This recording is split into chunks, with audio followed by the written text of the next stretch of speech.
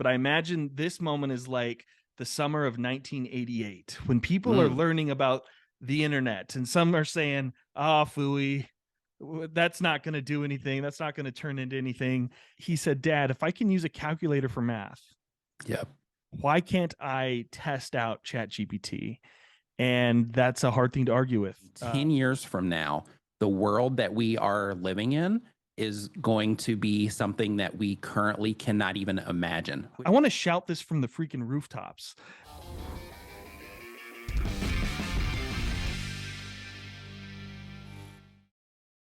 Today, I am joined by my friend, Nick Nimmin. Nick, how are you today? Doing fantastic, Justin. Super excited to have this conversation today. Thank you, and I appreciate your time, and thank you for joining me. I feel like we're in a moment right now that is probably similar to the height of me being raised was in the 90s, but I imagine this moment is like the summer of 1988 when people are learning about the internet, and some are saying, "Ah, phooey, that's not going to do anything. That's not going to turn into anything." And back then, you could run a business, let's say, with a yellow page ad, right? I'm dating myself right now. I sound like an old man, but I had family members who would have like a business. They would run a full page or half page ad. It would cost a few $1,000s a month, and they knew that their business was going to be good to go. Today, we don't live in that world. Right. And we're just in case for you kids that are listening to this, the Yellow Pages was this gigantic book that listed every business in the area. That was the Yellow Pages. We also had White Pages. That was also another big book that was like that, to where how people worry about privacy now. You could actually hunt people down and actually find everybody's names and addresses and phone numbers in this big white book. It was insane. What a time to be alive. Yes. And we would find someone with the last name Bond, and we would block our caller ID, and we would call them and we'd say, "I'll get you next time, Bond," and hang up.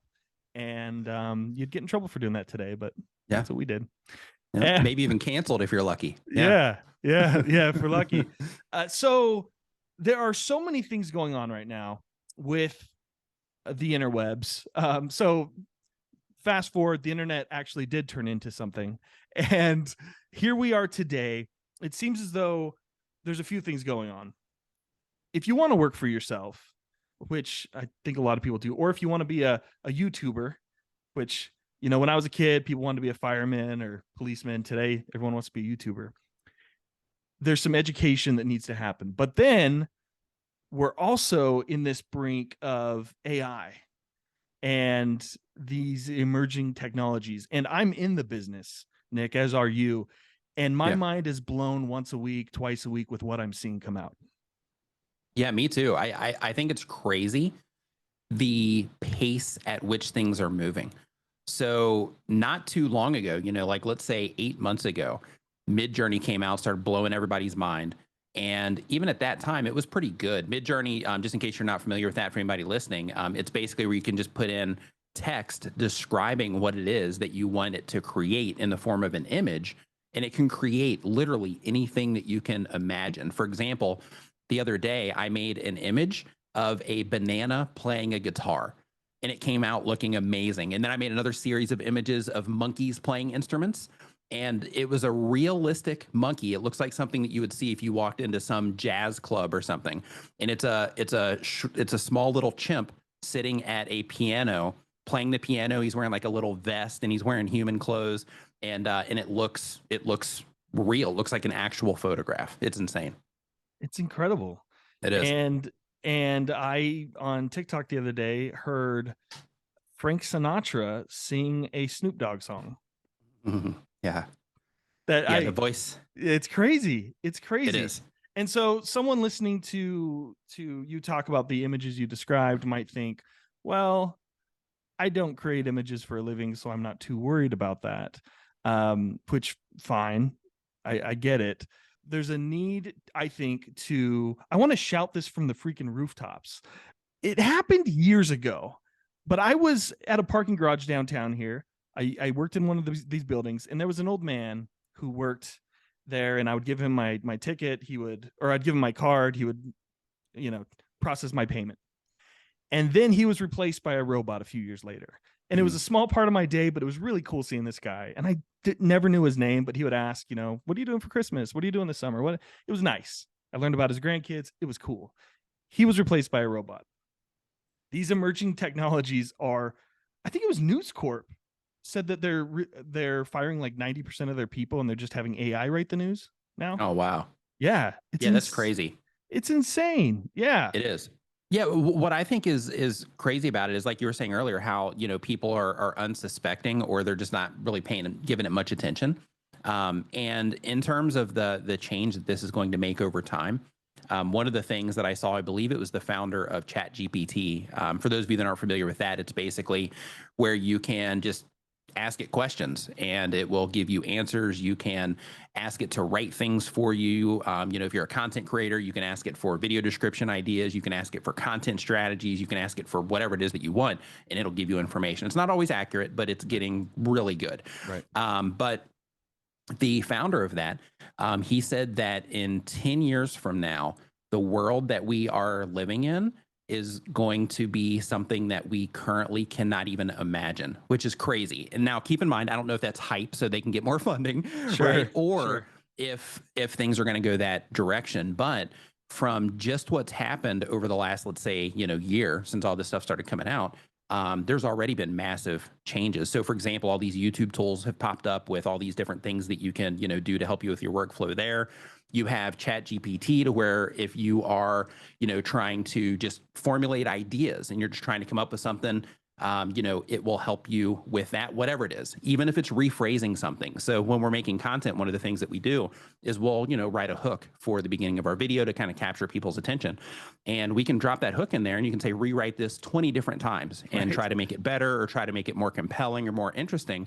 And within seconds, it'll do that. You can sit there and you can pick out which one's best. And you're like, oh my gosh, I wouldn't have ever thought about framing it this way.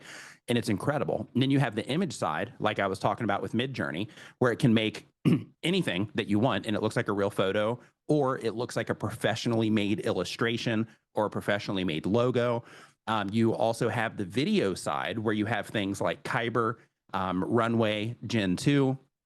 There's even phone apps like Video Leap, for example, where you can just upload videos into there, just shoot something on your phone, and you can apply AI filters to that, and it completely, skins a pre-made video. But some of them, like Runway and Kyber, you can just type in what it is that you want to see, and it will just spit out a video. Now, keep in mind, they're short. So right now, at this moment in time, the videos are maybe like 4 seconds out of Runway, and then you have to keep hitting extend 4 seconds, and then it gives you up to 16 seconds of video content once it's finished. Right. But what people are doing is they're making, 8 seconds here, 5 seconds here, 16 seconds here, and they're putting together like little short stories or, things like that just based on the text that they've written. And with all of this stuff right now, it's clunky, right? All of it. It's all just a little bit clunky. Maybe some of it isn't as accurate as it should be, or maybe, on those monkeys, for example, maybe it added an extra toe on their foot, or, maybe one foot had a shoe and the other one didn't, or something like that.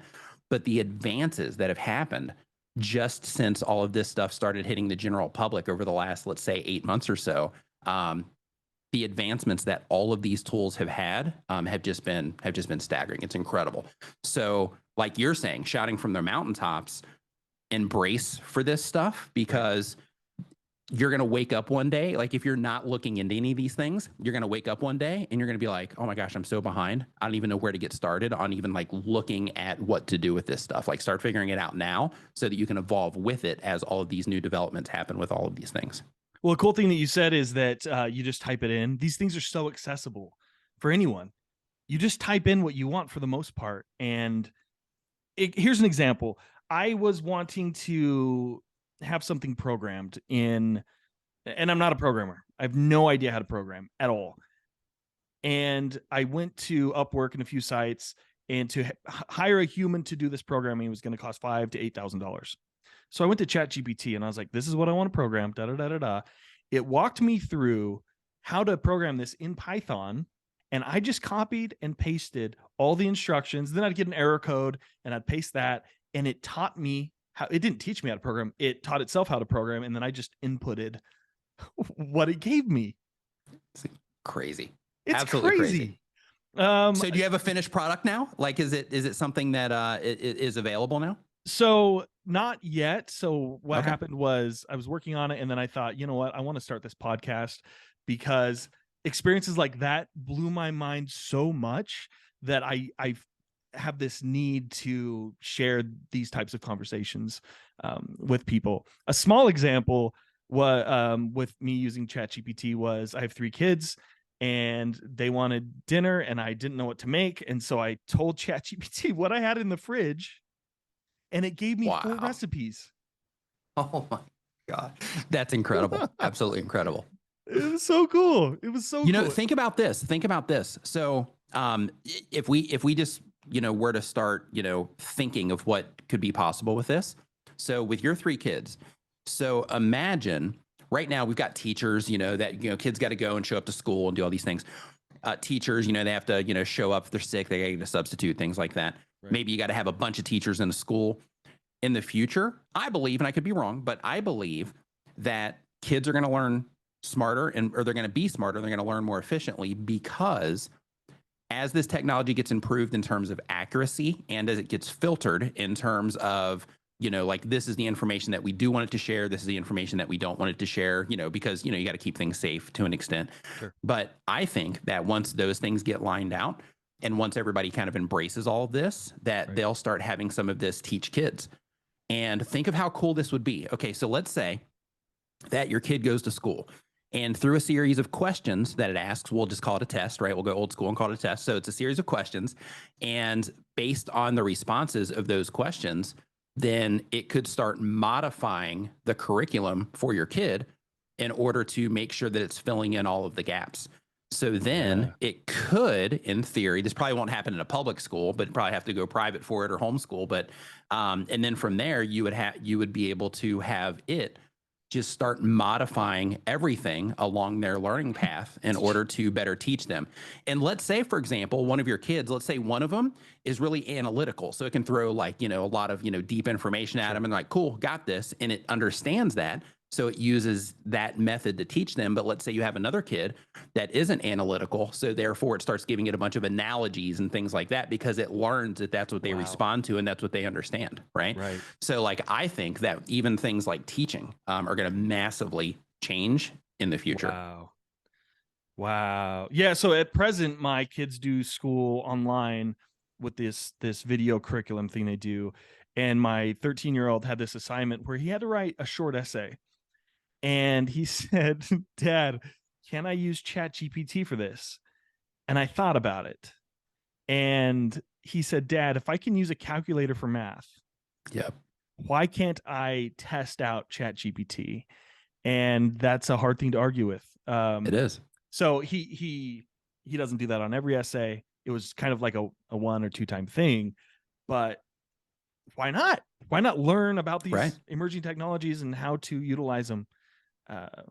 It's crazy. It is insane. And how you mentioned the calculator, somebody's listening to this and not really into this stuff yet. They might be thinking like, oh yeah, like it, can't be that extreme. Like these guys are way exaggerating this stuff. But like, when the calculator first came out, I'm sure that was pretty disruptive too, to where it's like, wait a minute. So you're telling me that I don't have to carry around like a pencil and pad to figure stuff out all the time. And then I can just punch these numbers in here and this thing, it doesn't matter how big the numbers get. I can just punch them into here and it's going to, start giving me back the correct answers. Sign me up. And it's also going to allow us to work on more complex math problems, because of that particular technology. Yeah, like when it comes to this is definitely the new calculator, but it's going to change everything, not just math. It's going to change everything. Super exciting. It's super exciting. So for this podcast, I released the long form on YouTube and Rumble, and then I have short form clips I share on TikTok, Instagram, and YouTube Shorts. And at first I was cutting up the highlight reels myself, and then I started to caption each one, and that just takes so much time. So I Googled AI YouTube Shorts, AI TikTok Shorts, and I found a tool. There's several of them. The one I'm using, I think, is Opus, OPUS. Opus Pro, I think. And so for anyone who's not familiar, I take the long form video, which I really don't edit. I might edit out some ums or coughs or something, but put it into this program. The AI finds the highlights. It typically gives me 20 to 30 highlights and captions those highlights for me. And the captions are 90%, 99% accurate, I would say. And the highlights, it gives me like 15 seconds on both sides of the clip that I can adjust. It is, I mean, I couldn't do that work myself. It would take, to get 21 clips from an hour episode and caption them, that I don't even want to know how much time that would take me. Yeah, you're down for probably a full workday, at least probably 4 hours if you're super focused and you're just churning through and you said all the right things in the video. Yeah. Yeah, it's crazy. It's crazy.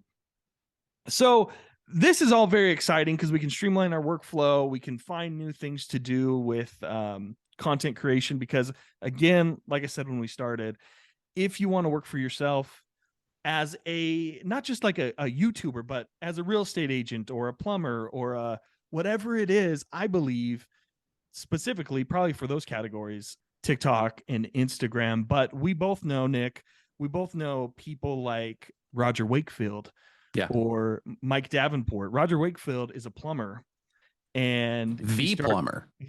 Sorry, The not plumber. a plumber. Yeah. He's the plumber. And he started making YouTube videos, and I don't know if he's actively a plumber anymore. Is he just a content creator now? I think he might still actively have his plumbing business. Cool. But in terms of him, kind of getting into the trenches and all of that, I'm not sure if he's still doing that or not. I'm not His sure. YouTube channel is killing it. And then you have Mike Davenport, who's a car salesman, and he is killing it. He is doing selling so cars well all over the country because of his YouTube channel. Yeah, it's crazy. It's crazy. Absolutely crazy. And so there's a few different routes that people can take. I mean, if you're the plumber or if you're the car salesman, you can become content creators for the sake of getting yourself out there to build your business in that way, globally, nationally. Or if you want to promote your, I don't know, your cafe in Las Vegas, or your, I don't know, pick your real estate practice in Ohio. When you watch channels like yours, Nick, and just a quick plug for your channel, you teach people how to essentially become content creators and how to dominate the platform. Correct. That is the modern day Yellow Pages, right? It is. And, when it comes to all this content, like you mentioned before, TikTok, Instagram, YouTube Shorts, YouTube long form content, it's a great opportunity for business owners because a lot of people are just thinking, hey, let me just run Facebook ads.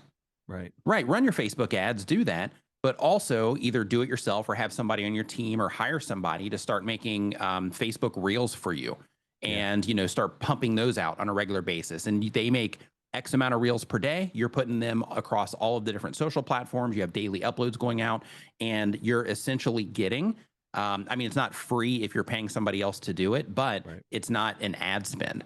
You're basically leveraging all of these platforms to put you in front of audiences. And one of the things that's really amazing about every single one of these platforms is that as long as you're making the right content that is targeting the same people that you're trying to sell to, these platforms, once those people start responding positively to your content, are going to go out and find your customers for you based on the content that they are consuming and how they respond to it. So it's a free way, essentially, if you're doing it yourself. If you're hiring people, then you're going to have to pay for that hire. But it's a way to get your product or service out there without even needing to spend money on Facebook ads or Google ads or anything like that. Yeah, my gold play button here is Epic Toy Channel. We grew that 2.1 million subscribers, not a single dollar in ad spend. My graphic design business, customthumbnails.com, not a single dollar in ad spend, all organic reach. I believe in this so much. This is crazy. I have so much going on in my life, right? And I just keep adding things, but I believe in this so much. Last summer, I went to real estate school and I just finished my exams. I am going. Did you pass? Let's get to it. Did you pass? So yeah, I did. All right, good. Congratulations. One of the two tests I had to take twice. But so I just have to do my fingerprints and then I'll have a real estate license here. But I believe in this so much that I was like, what else can I do to serve people, to make money, to get out there, to promote. And so, yeah, real estate is something that I may end up doing as well. Nice. Because I understand the power of social media, of YouTube, of these things, and it's free marketing. Yeah, in that regard, just to throw one example out there, you have people like Christina Smallhorn. She has, I'm not sure if you know Christina or not, but she has a YouTube channel, completely blew the channel up, and she's a real estate agent. And same exact thing, because of her YouTube channel, she talks about like small houses and tiny homes and all of that, but she also talks about other aspects of real estate. But because of her YouTube channel, she also is just flooded with business because of, the content that she's put out there. So in terms of like what industries does this apply to, just ask yourself, okay, what is it that I'm doing? And then think to yourself, yeah, it probably applies here, because it probably does. And there's probably a way that you can use social media or social video, I'll say specifically, Sure. because video gets people to know, like, and trust you in ways that text just can't do. And when it comes to all of these content platforms, all of the short form vertical content is great for just getting in front of people that wouldn't have seen you otherwise. But the long form content is where you can really nurture, those parasocial relationships. Because with the long form content, somebody's going to sit there and they're going to spend 5 minutes with you at a time, 10 minutes with you at a time. In cases like, we're doing right now, an hour at a time.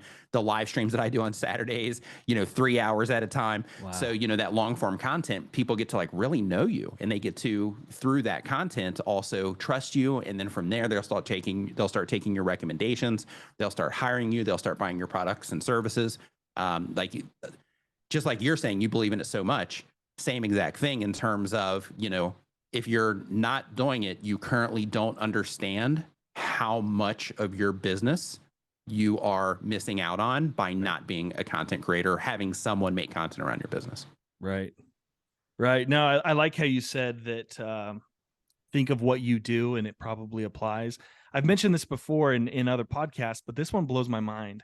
This client of ours from years ago had a hobby of fish tanks, freshwater tanks, saltwater tanks, all sorts of tanks. He was making 6+ figures a year live streaming his fish tanks. Right.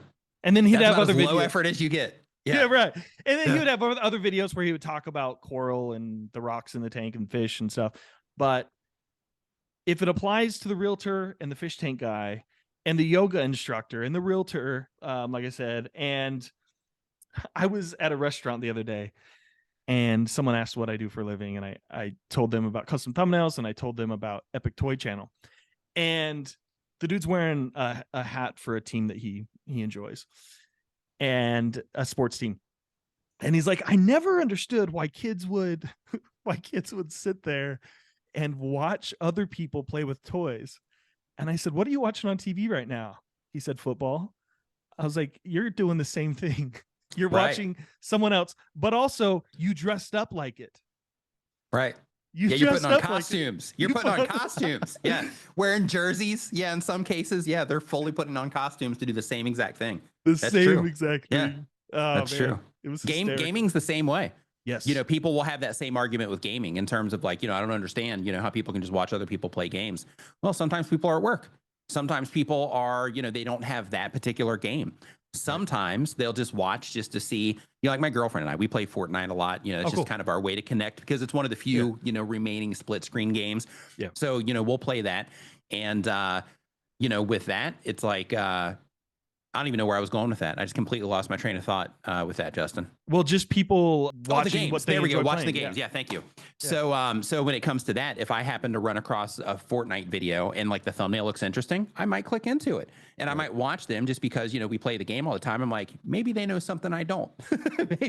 maybe they know a path, to get to something I don't. Maybe they know about a weapon that I don't know about. Maybe they know about, some location that I haven't seen yet. And it's just a way to also find out about different, aspects of the game as well. So yeah, it's really interesting that instead of doing the thing, that people will just watch other people do the thing. Yeah, it's crazy.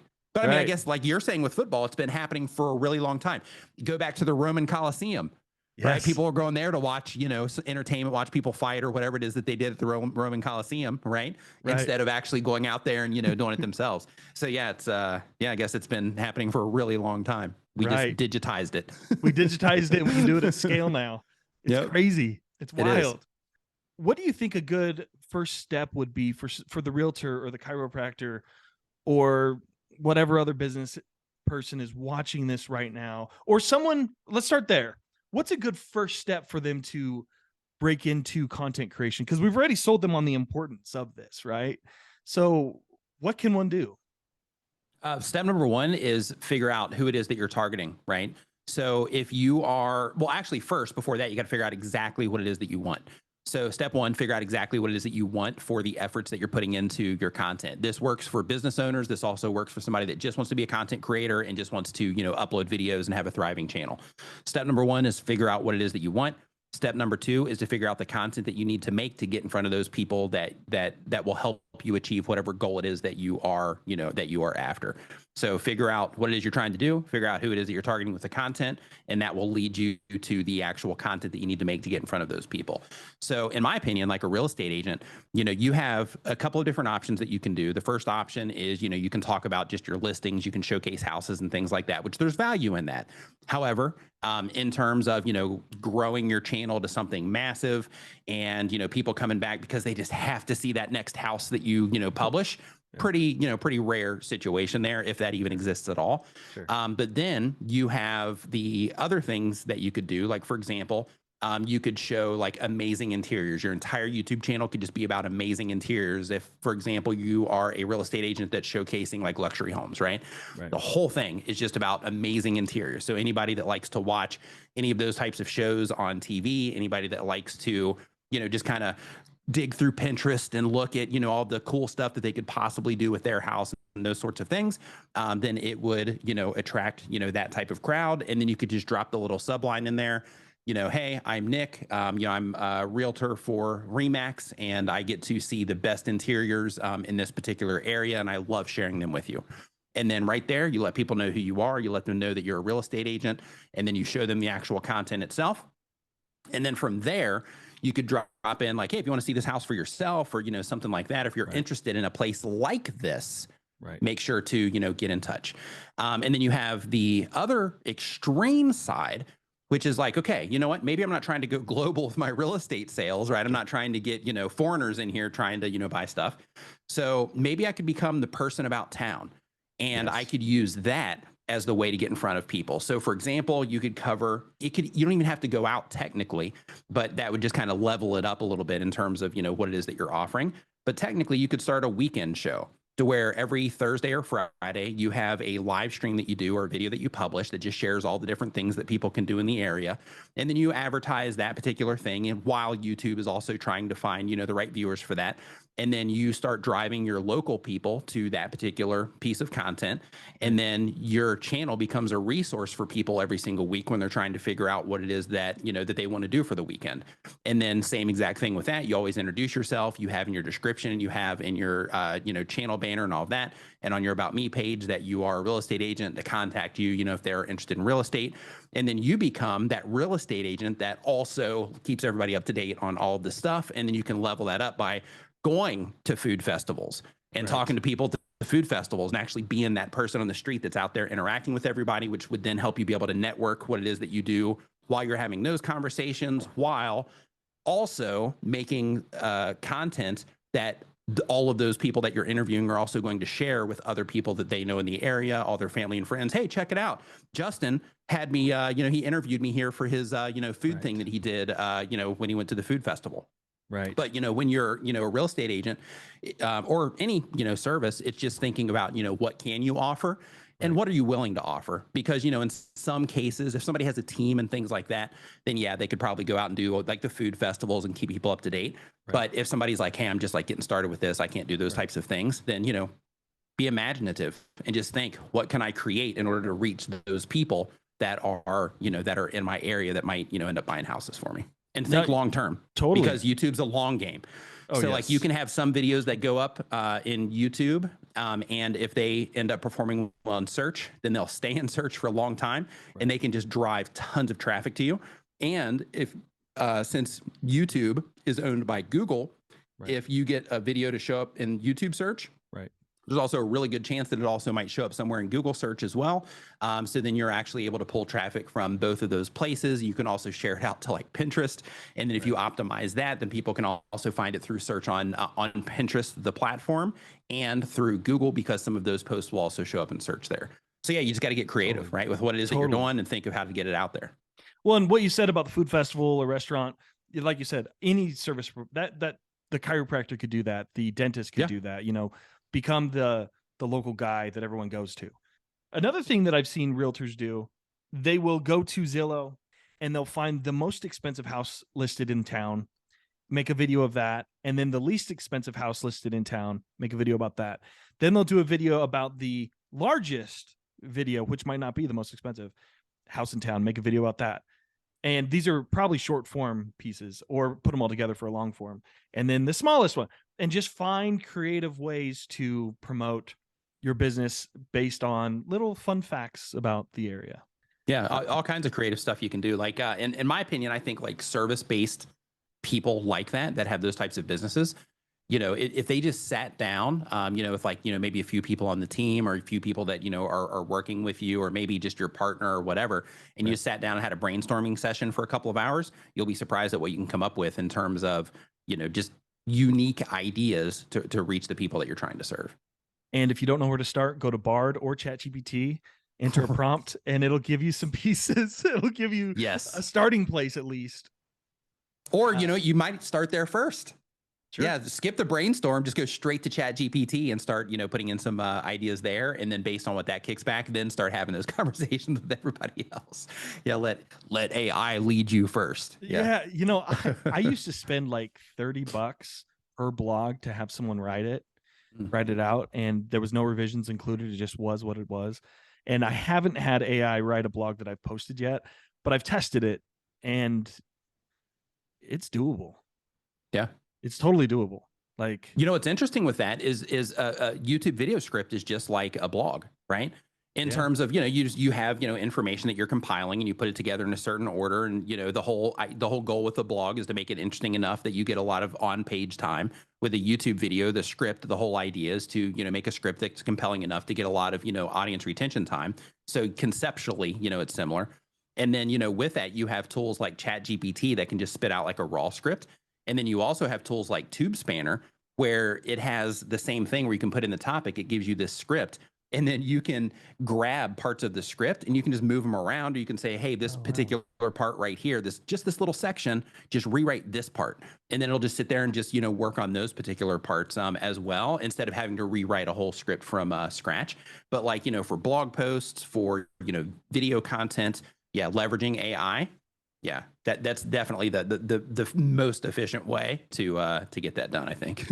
wow. Yeah. Wow, that's incredible. Your video you shared on Facebook blew my mind. The music video? The music video. Yeah, it's crazy. My gosh. How long did that take to put together? So the music I already had. Here's let me give you the story for this, okay? And where can people find it? So like for after this, is there a link? Right now, it's not up anywhere. So it's only up on my Actually, yeah, it is. I'm sorry. I put it on my main Facebook profile, like my private profile. And then I put it on TikTok as well. Okay. And cool. I think I might have put it on Instagram Reels also, I believe. I'll find the link and I'll put it in the show notes. Okay. But basically with that, I already have a little bit of like music production, you know, ability. So because of that, I was able to leverage that. But if somebody was starting from scratch, then of course they would have to learn some of that as well. But basically I was working on a YouTube video because I just put out a video a few weeks ago about how to create fake AI backgrounds for your video content. That video currently in like 2 weeks, it's, you know, it's almost 200,000 views so far. So it's doing well. So I'm like, okay, let's go down this, you know, AI rabbit hole for the community and see what we can come up with. So I was like, okay, I'm going to make this video about how to, you know, use AI for your video content. And in order to do that, let me grab some really cool, compelling looking shots in order to do that. So I grabbed my hand pan, which is downstairs. I grabbed my hand pan, which for those of you that aren't familiar with it, it's an instrument. It's basically two pieces of metal that they weld together. And then they shape it out, and then they put all these little divots in it, or all these little, like, you know, craters in it. Right. And then they tune those craters and they turn it into an instrument. It's a beautiful sounding instrument. Right. But with that, instrument. I was like, yeah, this will just look unique because people aren't used to seeing something like that. Right. So I set up the scene, right? And I recorded the video, and it's just me sitting there on the floor playing the handpan. And then I bring it into my computer, and I was like, you know what? I just grabbed the microphone. I just used like the raw mic. I didn't even like intentionally mic it. I just like sat it off to the side so I could like sync things up if I needed to.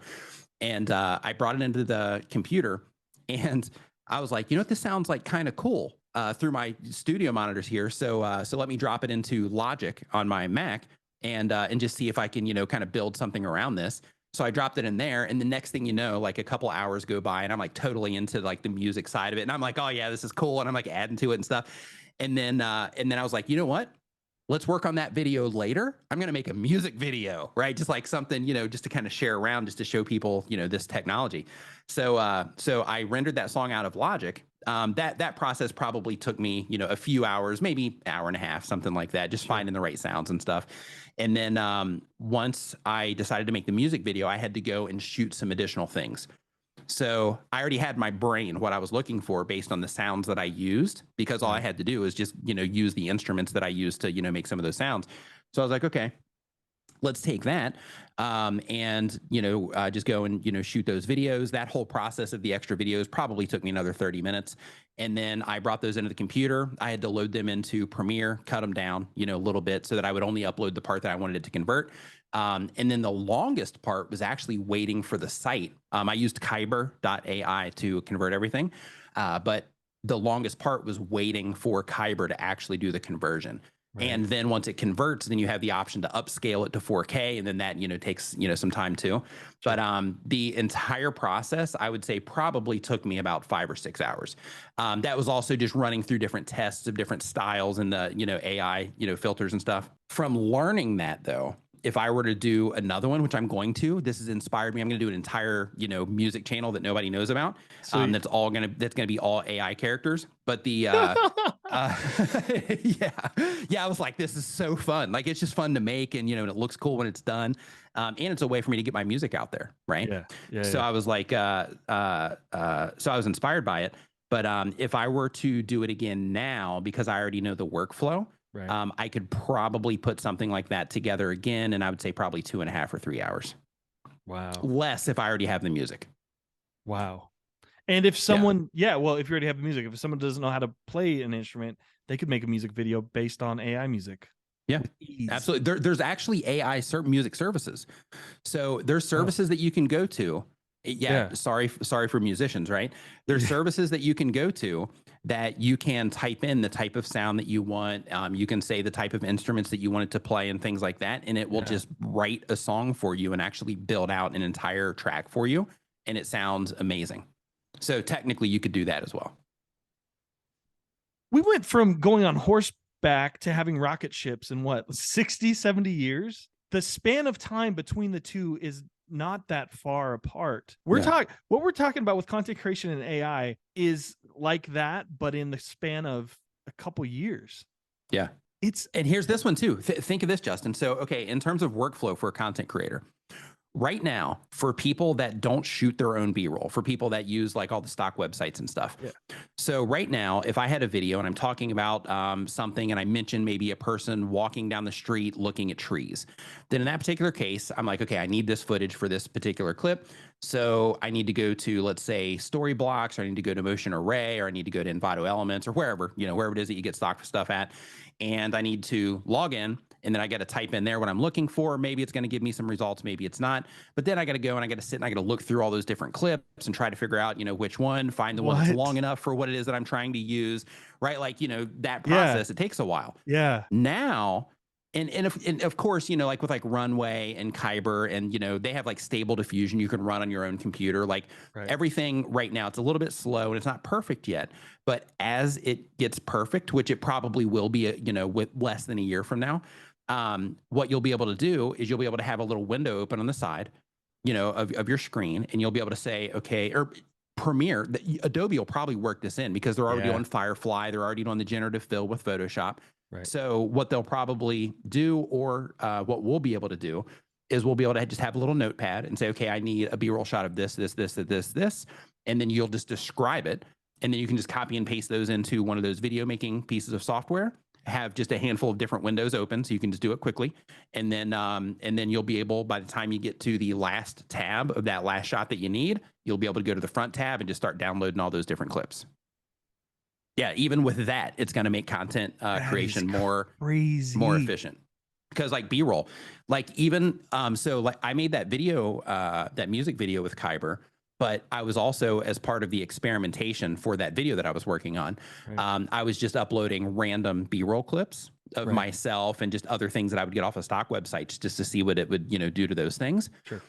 And I have one clip that is just, it's like from the back and it's just shining on me, and I'm sitting there and I'm talking into the, or it's looking at me and I'm sitting there, talking to another camera, and I have the light up here and it's shining down. And I loaded that up into Kyber, and the treatment that it put on it, I didn't have it turn into a cartoon. I didn't have it turn into like any cyberpunk stuff.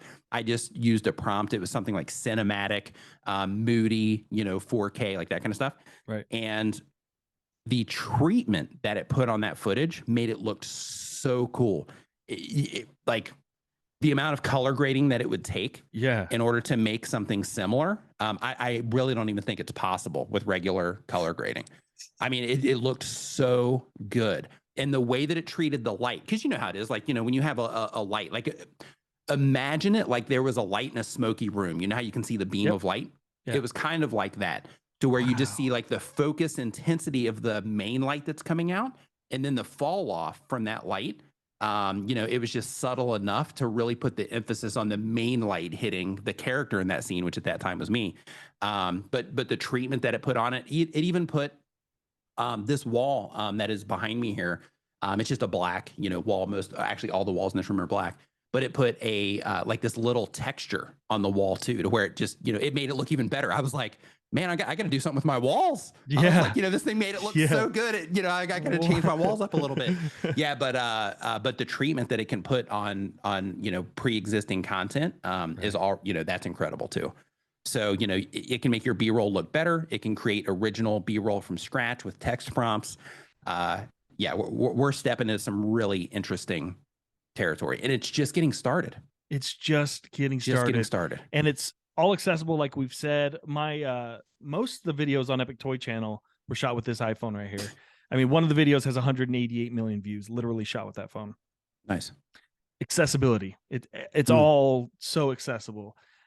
Well, you're talking about the treatments it did to your video. I saw this video on, I think, TikTok, where this lawyer asked ChatGPT or Bard to draft a certain very specific legal document, and he was astonished. And he's like, why did I go to law school? Why did I go to law school? And the AI thought of things that he hadn't even considered putting into the contract. People are using it, and it's in its infancy, like I said, and follow your doctor's advice. But I saw a doctor put in someone's ailments, and it gave him some very specific information about what could be going on with the patient. Wow. No one's safe. Yeah, it's crazy. Yeah, and with that too, like it's within it's in its infancy in terms of the general public usage, but like machine learning and all that stuff, like they've been, that's been happening for years and years and years. Like Google's been way ahead on that. But in terms of just like the public access to this and them being able to use data at scale to teach all of these things, especially when it comes to video production, like if you go into the like the app or the Discord for Midjourney, and you're in there giving it prompts, like you see image, like it's scrolling so fast that you can't even keep up. And their AI is learning from every image and every prompt that somebody puts into it. And it's like lightning in terms of, how fast images are coming through there. The video ones are the same exact way. There's one called, I think it's called Pika Labs, and it's the same exact way where you access it through Discord. And it's the same where it has, I think it's Pika, but it's the same way to where the images, they just sit there and they roll, and that's with video. So basically, every single time somebody puts in a text prompt, this thing is learning, or these, I don't even know what to call them, AIs or whatever. They are, learning how to do it better, how to do it more efficiently, and based on the feedback, it's all being tweaked in real time. Yeah, it's insane. Wow. Yeah, part of my brain is like, We need universal income. We're all going to lose our jobs. The end is near. The robots are taking over. And then the other part of my brain is like, no, just harness it. Figure out how to use it to your benefit. It's a tool. It's a tool. Yeah, it's a tool. One thing, because I'm excited about it, but I'm also, a little bit, concerned, just because seeing what it's like in its infancy, just imagining what it can become. So already they have services where you can't, some of them are public, some of them they're just giving previews right now, Sure. but they have services to where you can upload like a certain amount of video content of yourself. And through that video content, it starts to learn the nuances of your facial movements, how you move your arms, your general body language, and you're communicating, things like that. And then just like Descript, you can also train it on your voice. So because of that, there's going to come to a point in the very near future. Technically, you can do it now, but it's obvious now. But give it another 6 months and it won't be. But in the very near future, for content creators, at least for talking head videos, we're going to be able to upload these versions of ourselves to where it's like, you know what, I'm not feeling well. So, I'm not going to be able to get in front of the camera this week. So instead, I'm just going to have this AI avatar cover me for this week. And I'm just going to write the script in ChatGPT or TubeSpanner or whatever. And then I'm going to apply it to this service. And then it's going to give me like a video that I can, just publish to YouTube to, give my viewers something to enjoy. Yeah, it's nuts. I saw an example of this last night. Evan Carmichael on YouTube. If you go to his YouTube channel, he has a recent video where an AI version of him interviewed Steve Jobs. No way. And it's Steve Jobs' voice. It was late last night. I don't think he did an AI of Steve Jobs. He might have, but it was him interviewing Steve Jobs. Yeah, incredible. That is incredible. Do you know Austin Armstrong? Owen Video introduced me to him on my podcast the other day. I've never met him. I just he mentioned him. So he is actually working on a service as well. His is called like Silby, I think it's called, or something like that. Okay. But basically one of the things that he's doing in there is some of that cloning. And he posted something on his Facebook the other day showing how some, not all, but some of his TikTok videos, or just his, his vertical videos on different platforms, some of those artificial versions of him, even though they're awkward. Like when you watch them, it looks like him. Yeah, it looks like him, but it's like really stiff and it's not really moving. And the head is just kind of sitting there, but the mouth's moving and the eyes are moving around. But those versions, some of them, not all of them, but some of them are actually getting more views than the content that he's doing naturally or organically, or I don't even know what we're going to call that in the future, but the content that he's like actually making, some of that content is outperforming that. What? Yeah. What does it all mean? Like, and we're just getting started. Yeah. It's insanity. It's insanity. Where does this go? Like, what are we doing, guys? I want to. Well, think about it already, right? Okay, so right now, I think it's in like San Francisco or somewhere in California. They now have cars that are like taxis that are autonomous. So basically, you can order from your app. You can order a vehicle, and it'll come pick you up. It doesn't have a driver in it, and you can get in the back or whatever. It'll take you wherever it is you need to go, and then you get out, and then the app takes your money or whatever. So cars are already driving themselves in that capacity, in addition to what Tesla's doing, with all their autopilot stuff and everything like that. So cars, they're going to have that covered.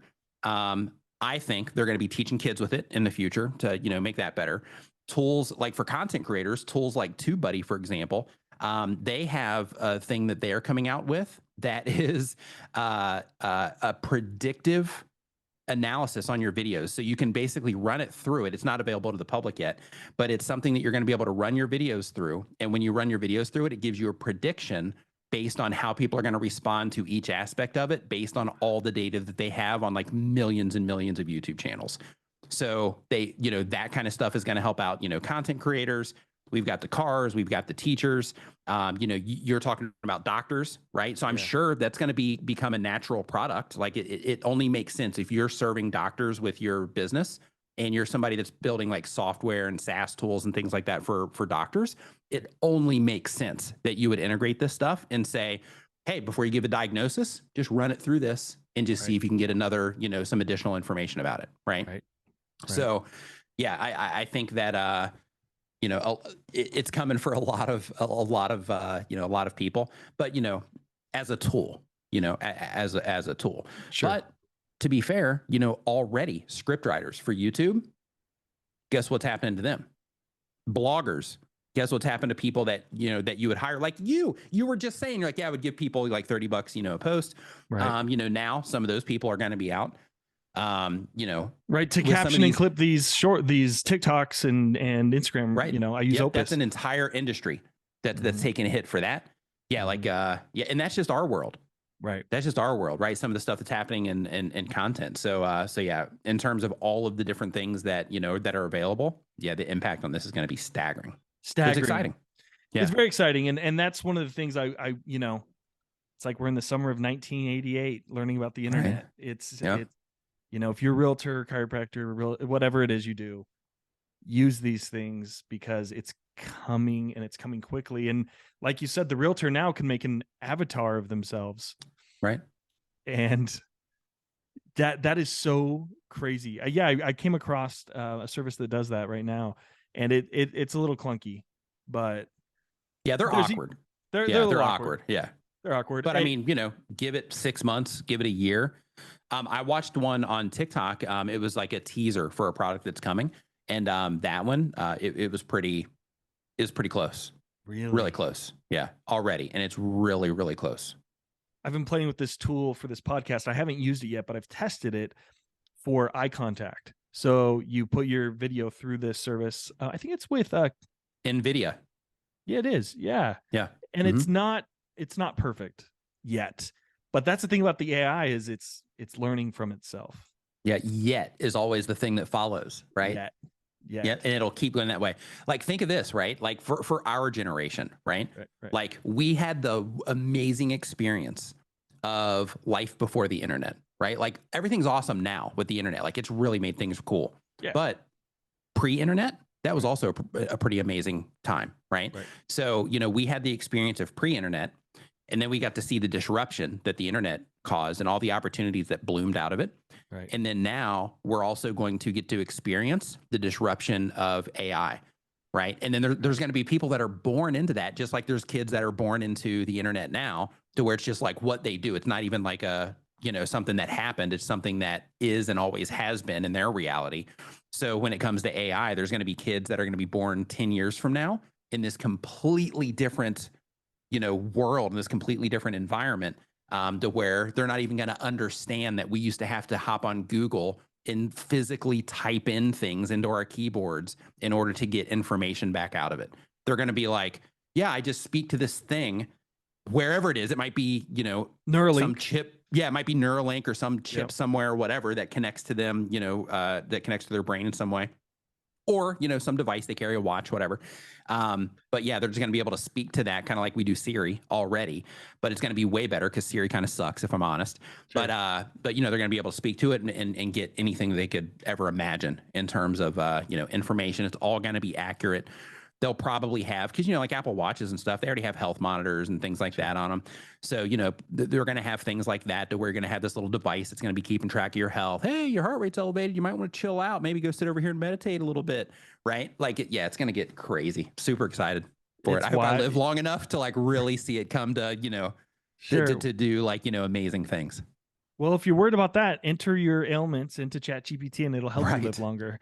Right. I remember with that too. Think of the technology there. So, okay. So we're looking at it, from like a content creator's perspective, and just how it might, alter, the reality that we live in.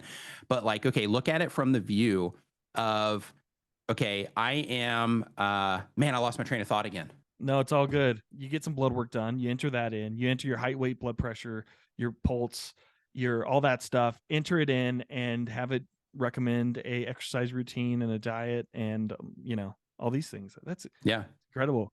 I remember, and all of that. That's what I was going to say. It's also all of this information, or all of these tools, are also going to be applied to science and medical research, and all of these things as well, which could cause the people that are working on the technology to slow down the aging of your telomeres, so that you can live longer and things like that. Like, they're going to be able to apply this stuff to where these machines aren't going to have any emotional attachment to anything. They're not going to have any, bias. Right. So they're going to be able to just look at it and say, you know what, everybody's been thinking about it this way, but have you guys thought of all of these different, ways that you might be able to do this? Right. So even with things like that, it'll probably help a lot in terms of just like, I don't know, like I feel like a lunatic saying expanding lifespans and, things like that. But I mean, Why we not? might be headed in that direction. Right. Yeah, why not? I remember where I was when someone pulled up Google and said, ask it any question. So you just search, whatever historical fact you wanted. It would give you all these answers. Blew my mind. I was a kid. Yeah. But it was insane. And that's what we're talking about. Like that before Google, I remember there was a service called it was called Cha Cha. You would text it questions. Oh, nice. Do you remember that? No? No, I don't. I've never, I've never even heard of that. Yeah. I might have the name wrong, but I think it was Cha Cha. It was in the Nice. mid 90s, and you would just text it a question and people would find the answer and then text you back the answer. And it was free. Nice. The goal was they were going to make a paid version eventually, but it just kind of ran its course and fizzled. But man, but part of me though, honestly, through all this, I want to harness it. I want to help people harness it and embrace it. But also part of my brain just wants to buy a ranch and raise horses and cows and have a couple sheep and chickens. Sure. And detach from everything and just kind of like enjoy yourself. Yeah. Have a pond. Definitely hear fishing. Yeah. My version of that is just like, rice fields, right? Rice fields, mountains, maybe a beach. Yeah. Heck yeah. So you're definitely, obviously you're a content creator, you're a coach, you're a consultant. What do you do to find balance through all of this? I'm not as busy as everybody thinks that I am. Okay. I actually, no, just being transparent. So, before COVID hit, I was one of those people that had like the, grind mindset, right? Yeah. Wake up, get to it. Yep. And then during COVID, it caused me, just because it showed me how fast everything can change. Right. Yeah. And it really made me, and I think this happened to a lot of people, to where it just gave you the time to sit there and think about things and think like, what is really important. Right. So once that happened and I went through that process, I moved away from that mentality and I started thinking, okay, what can I do to where I can put in enough hours to where I can do what it is that I need to do. And then I also have, growth, not just on my YouTube channel, but just as a person. Right. But I can also spend a majority of my time, hanging out with the people that I care about, going out and doing things, or hanging out at a coffee, like whatever, hanging out at a coffee shop, just sitting there looking out the window. Right. So because of that experience, now I actually prioritize my life first. And I mean, look, let me be transparent. Because of YouTube, I'm fortunate enough to be able to do that. Right. Like a lot of people, they just, that's just not, that's not something that they can do right now. Right. But because of, the opportunities that YouTube has given me, it's given me that option to where I can say like, okay, I'm going to prioritize, my life first. And then I'll work on the other stuff, later. So what I did is I basically just kind of redesigned how I do things and live my day. So instead of waking up and getting to it, which is what I used to do, I'd wake up, take a shower, go to a coffee shop, sit there and work, then go get lunch and then maybe hit another coffee shop, work for a little bit, and then, go grab some food, maybe hang out with some people, whatever, go home, work until 6 a.m, whatever, because that's what it took, at that moment in time. So going from that to now, I like wake up, I'll have like a slow coffee at home, kind of hang out with my girlfriend and my dog for a little bit. Just kind of just hang out around the house, and then I'll go out, grab a coffee, maybe hang out with my brother, or, see another friend or something. And then, maybe grab some lunch, just kind of hang out there and just kind of be like, okay, well, I'm just going to try to be home by like 5 or 6, if if nothing comes up, and then I'll try to be home by around 5 or 6 o'clock. And then from there, then I'll come in and then I'll work until sometimes midnight, sometimes until, 10 o'clock or, something like that. And then I wrap it up. Right. Cause you're on your day is probably different than ours here. Cause you're on the other side of the world. Yeah. So you work nights Yeah, I work nights here because things like this, right? Because the like all the people that I'm interacting with, or most of them, through the internet, they're over in the Western world. Right. So because of that, I make sure that I do still put in some hours in the nighttime. Right. So before I would do that until 5 or 6 in the morning. It's like every day, sun's coming up, before I go to bed, and it was great, for that time or that season, so to speak. But now, I prioritize other things first, and I even have hard stops to where I'm like, hey, it's getting to this certain time or whatever, so I just wrap it up.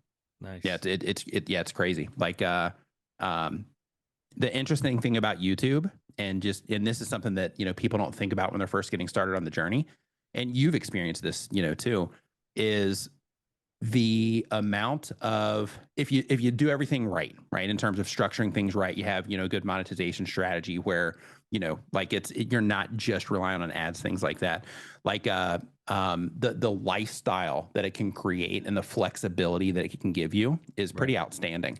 So for example, like that's my usual schedule that I just described.